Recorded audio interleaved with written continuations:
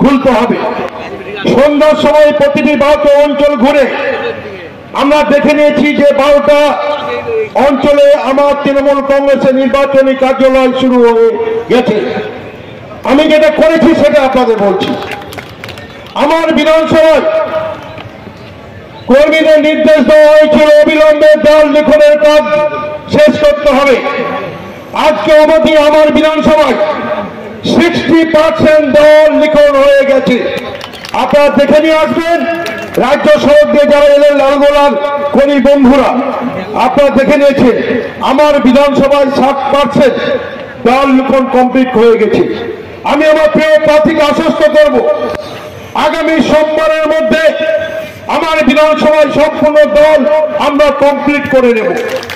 আমরা যেটা করছি সেটা সকলকে করার জন্য আমরা প্রস্তাব রাখছি। শুধু তাই নয়, আমরা আগামী সোমবারের মধ্যে প্রতিটি অঞ্চলকে নির্দেশ দিয়েছি যে অঞ্চল কমিটি সর্বস্তরের কর্মীদের নিয়ে ত্রিস্তরের পঞ্চায়েতের প্রতিনিধি প্রার্থী অঞ্চল কমিটিকে নিয়ে মিটিং করতে হবে। আমাদের আশ্বস্ত করতে হবে বুথ ভিত্তিক, বুথ কমিটিকে বসতে হবে। আমাদের প্রতিটি আগামী 7 দিনের মধ্যে আমার বিধানসভায় প্রতিটি বুথের কর্মীরা, আমাদের পবিত্র রমজান মাস চলছে, আমরা রমজানে ইবাদত করব, কিন্তু আমাদের দলের যেহেতু লড়াই আজ আগামী লোকসভা নির্বাচন, আমি 7 দিনের মধ্যে আমার বিধানসভায় আমি প্রার্থীকে আশ্বস্ত করছি প্রতিটি বুথ ভিত্তিক আমরা কর্মী বৈঠক করব। কেন কর্মী বৈঠকের প্রয়োজন রয়েছে?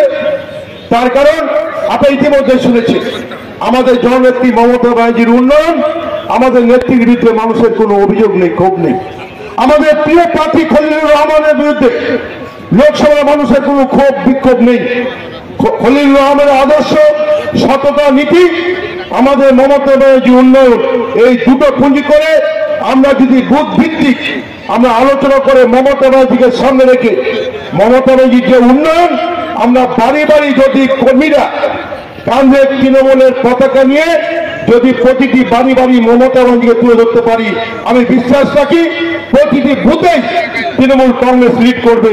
তাই আজকে যারা বুথ সভাপতি সহ ত্রিস্তর পঞ্চায়েতের যারা প্রতিদ্বন্দ্বী প্রার্থীরা এসেছেন, আমি তাদের কাছে আমার সেই অনুরোধ রাখবো, আমি আমার বিধানসভায় যে সিস্টেম চালু করেছি আপনারা অবিলম্বে প্রতিটি অঞ্চলে অঞ্চল তৃণমূল কংগ্রেস কার্যালয় এবং অবিলম্বে প্রতিটি বুথ স্তরে বুথ কমিটিকে নিয়ে বৈঠক করে বাড়ি বাড়ি যাওয়া শুরু করতে হবে আমাদের নেত্রীর উন্নয়নকে সামনে রেখে।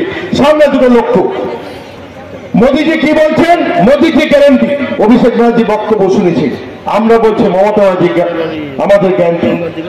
তার কারণ মোদীজির গ্যারান্টি মানুষ বিশ্বাস করবে না। 14 সালে মোদীজির গ্যারান্টি আমি রাজনৈতিক বক্তব্য রাখবো না।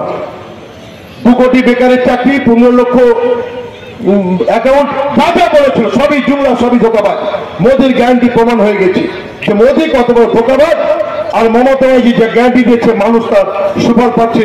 এই দুটোকে পুঁজি করে আমরা যদি মানুষের সামনে যাই, আর আগামী দিনে দেশের যে বিপদ, বিজেপি আজকে আমার বন্ধু আলী সাহেব বিস্তারিত ব্যাখ্যা করছিলেন যে আজকে দেশের মধ্যে আজকে জাতিতত্ত্বের ভিত্তিতে যখন উন্নয়নের কথা বলতে পারছে না, আজকে ধর্মের ভিত্তিতে যখন তার নির্বাচনী লড়াই রাখতে যাচ্ছে, সেই জায়গায় দাঁড়িয়ে আমরা মানুষের কাছে যদি কর্মীরা যেতে পারি, আমি নিশ্চিতভাবে বিশ্বাস রাখি প্রতিটি বুথে বুথে যদি আমরা লিড করতে পারি, গতবারে 2.5 লক্ষ লিড।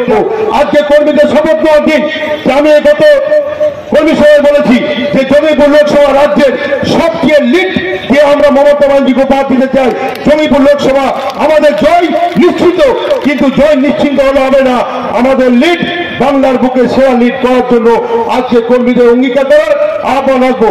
তার সাথে সাথে আপনারা জানেন যে আমাদের আজকে মুর্শিদাবাদ জেলা পরিষদের ভবনে, জেলা পরিষদে আজকে আমাদের রাজ্য তৃণমূল কংগ্রেসের অন্যতম নেতা কলকাতা মহানগরী যারা ফিয়াদ হাকিম সাহেব আহ্বান করেছেন 3 লোকসভা কেন্দ্রের যারা কর্মী অর্থাৎ অঞ্চল সভাপতিগণ, প্রধানগণ, শাখা সংগঠনের ব্লক স্তরের সভাপতি, জেলা স্তরে যারা নেতৃত্ব দেন সেই নেতৃত্বগণ এবং আমার জেলা পরিষদের সদস্যগণ, পঞ্চায়েত সমিতির সভাপতি, বৈকাল 5টার সময় আপনারা সকলে জেলা পরিষদের ভবন উপস্থিত হন। সেখানে ইফতারের ব্যবস্থার মাধ্যমে পবিত্র ইফতারি করার পর আমরা মাগরিবের নামাজের পরে আমাদের ফিয়াদ হাকিম সাহেব আজকে সাংগঠনিক আগামী দিনের নির্বাচনী দিশা দেখাবে।